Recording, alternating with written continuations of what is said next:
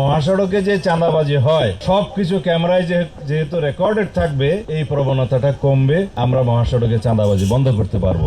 Dhaka Chittagong মহাসড়কত traffic আইন লঙ্ঘন শনাক্ত করি স্বয়ংক্রিয়ভাবে জরিমানা আদায়ের লাই কৃত্রিম বুদ্ধিমত্তা এআই প্রযুক্তি নির্ভর অটো ফাইন সিস্টেম চালু করই।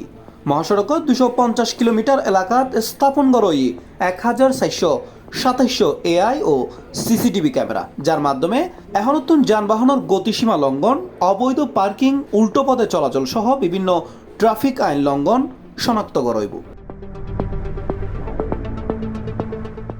মঙ্গলবার নারায়ণগঞ্জের সোনারগাঁওর মেঘনাঘাটত এই সিস্টেমর উদ্বোধন করে স্বরাষ্ট্রমন্ত্রী সালাউদ্দিন আহমেদ। আইন লঙ্ঘন শনাক্ত হইলে জরিমানার তথ্য এবারতুন বিআরটি এর ডাটাবেজত পৌঁছে যাব এবং গাড়ির মালিকুর মোবাইলত SMS ফাটানো হইব। অনলাইনে পরিশোধ করা যাব জরিমানা। এছাড়া মহাসড়কত অবৈধ চাঁদাবাজি ও অননুমোদিত হুইলার চলাচলও ক্যামেরার মাধ্যমে নজরদারিতে রাখা হইব।